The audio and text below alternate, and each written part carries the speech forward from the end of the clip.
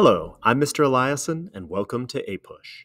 Today we're going to continue studying Theodore Roosevelt's legacy by moving into the age of the progressives and the presidencies of Bill Taft and the beginning of Woodrow Wilson. So let's dive in and figure out what on earth the United States and the progressive movement is going to do without Theodore Roosevelt.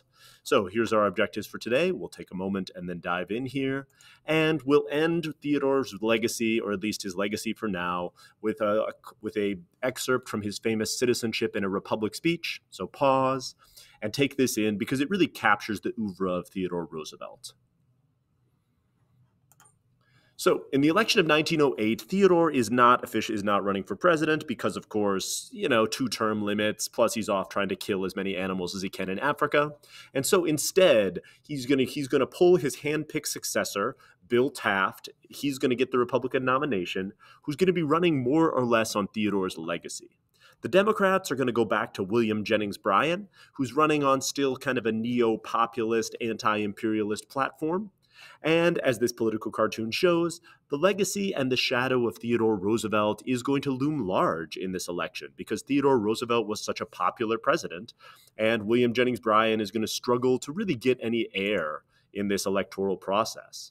Theodore is clearly going to be handing off his legacy to the metaphorical crown prince, which again, fantastic.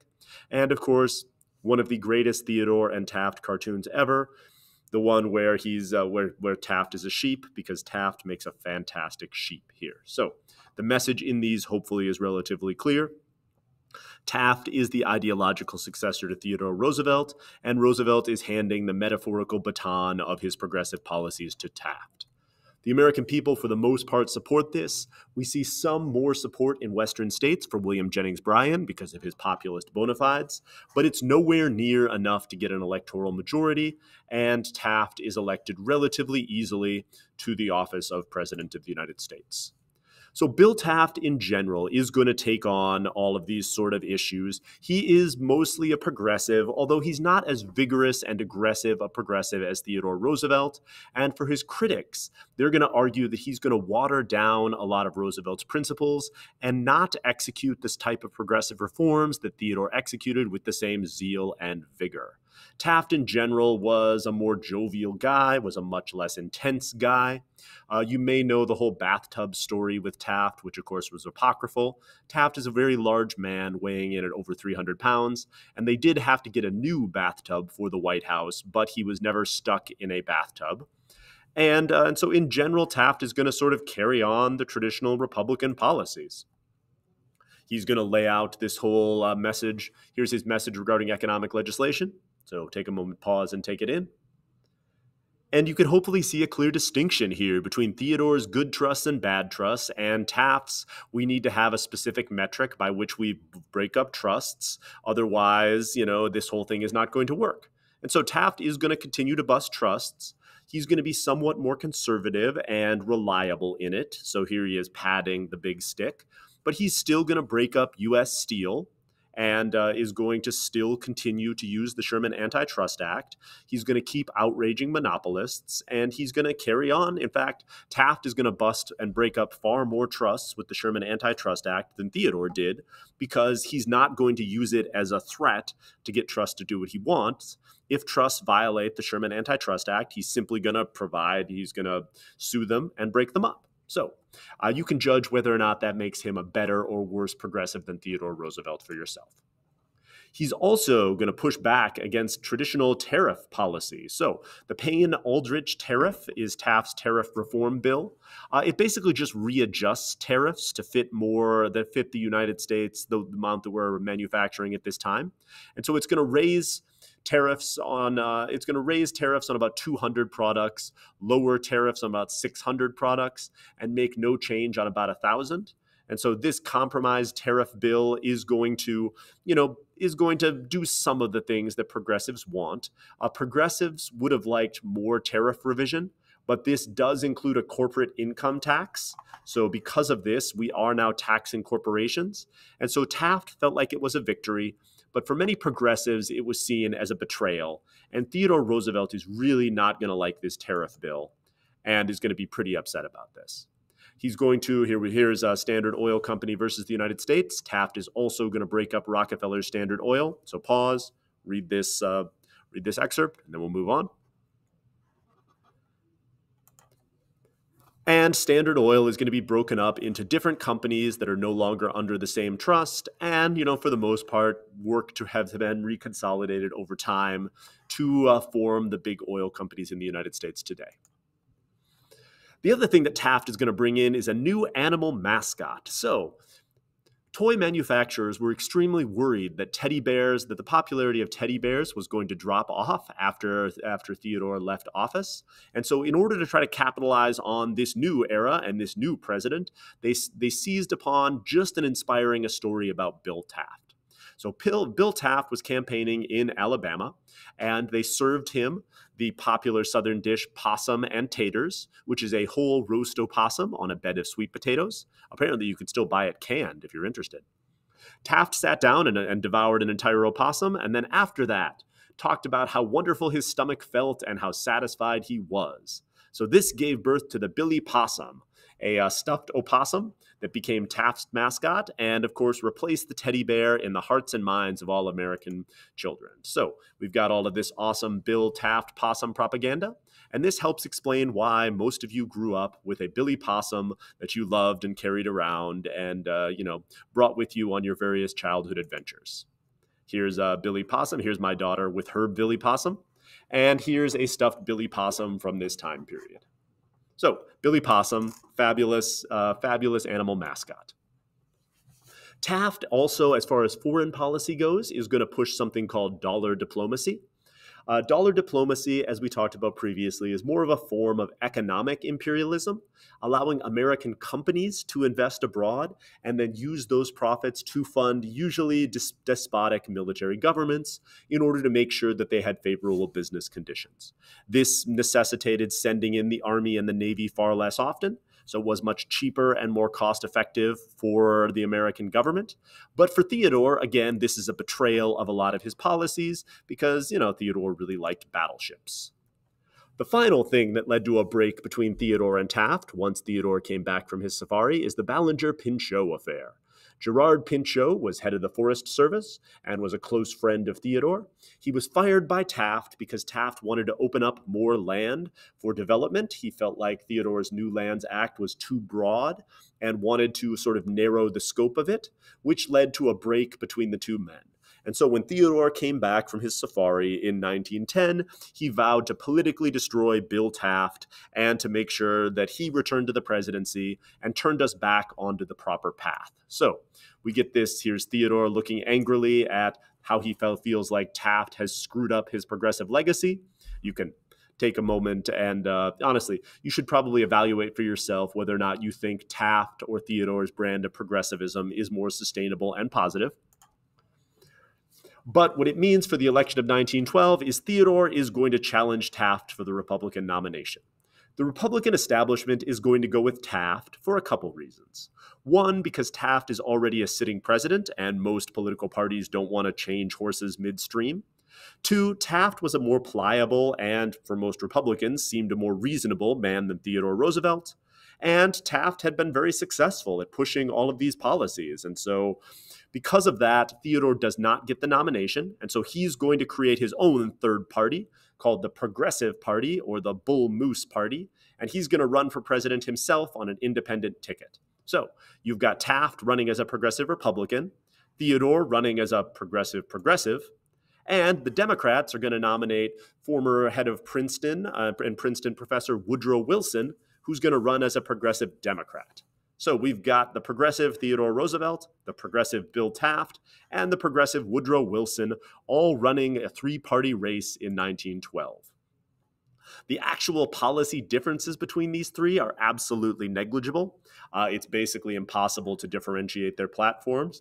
Theodore Roosevelt's new nationalism involved federal regulation of the economy, whereas Woodrow Wilson's new freedom involved federal regulation of the economy, and Bill Taft was pushing for the federal government to regulate the economy. So what do you do when three groups of voters or three politicians are going for exactly the same group of progressive voters? What you have is you have the spoiler effect, where Theodore comes in to metaphorically knock Taft off his perch and basically give the election to Woodrow Wilson.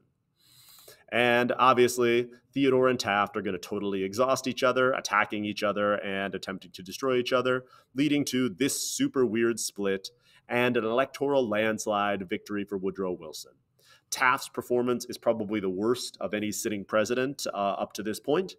And Theodore, despite winning many Western states, it's clear that he's as amazing as popular as he is. He's not popular enough to run a third-party challenge to the party establishment and win the presidency. And so instead, we get Woodrow Wilson, who, man, what do we say about Woodrow Wilson? He's an academic. He's a Princeton professor. He's a spectacular racist who really idealized the Jim Crow South and is going to sort of segregate the federal government, which is a hot mess. We also saw the first movie screened in the White House during this time period. Unfortunately, it was Birth of a Nation, which is this fictionalized history of the Reconstruction era, which talks about how glorious the founding of the Klan was. So that's a hot mess. And Theodore is going to get super mad, go travel into the Amazon, catch some tropical disease, and almost die. So, lots of stuff there. As far as the rest of the progressives, Woodrow Wilson is going to take the progressive platform and bring it to Washington.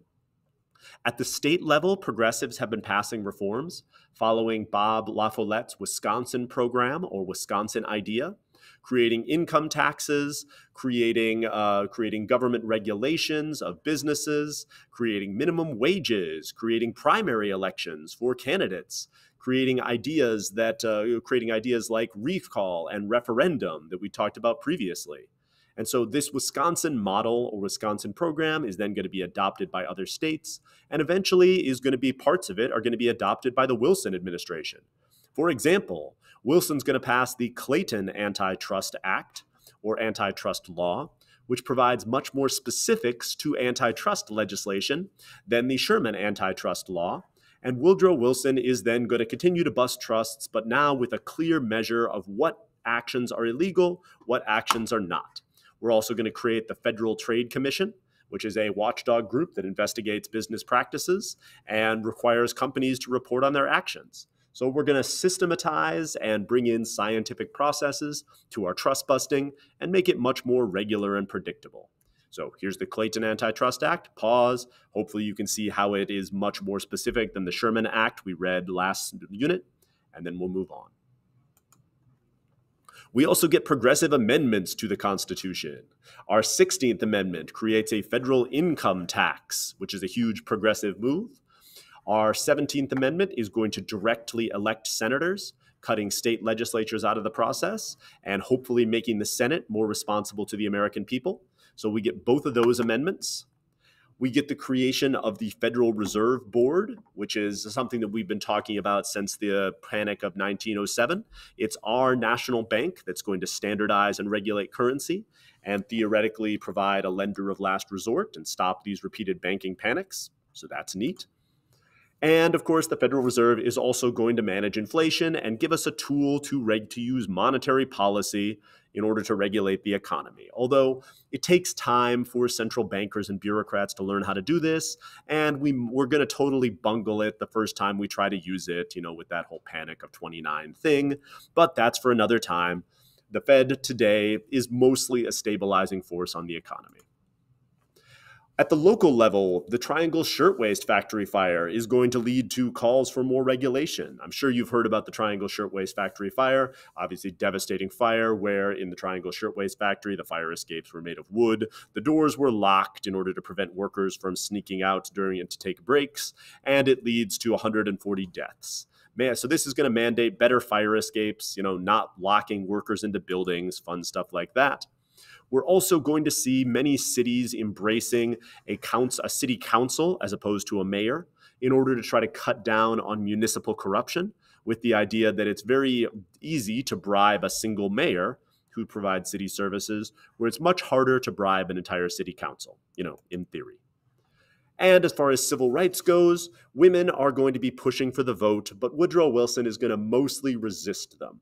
We missed talking about this during the Gilded Age because we were busy with business corruption and Rockefeller and J.P. Morgan.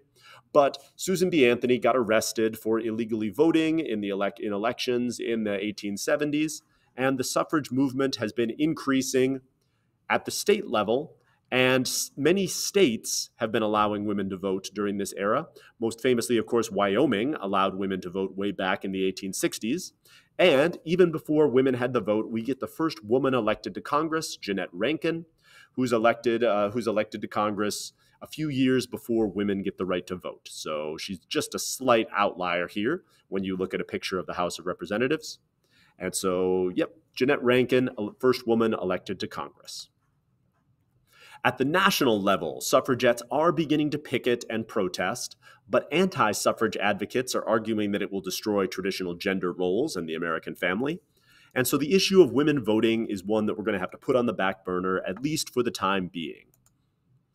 Here's as far as rights for Black people goes, the Wilson administration is a spectacular step backward. The National Association for the Advancement of Colored People is still pushing for improved conditions, and also focusing on discrimination, especially de facto segregation within northern cities. So take a moment and read. But the Wilson administration is going to be resistant to this.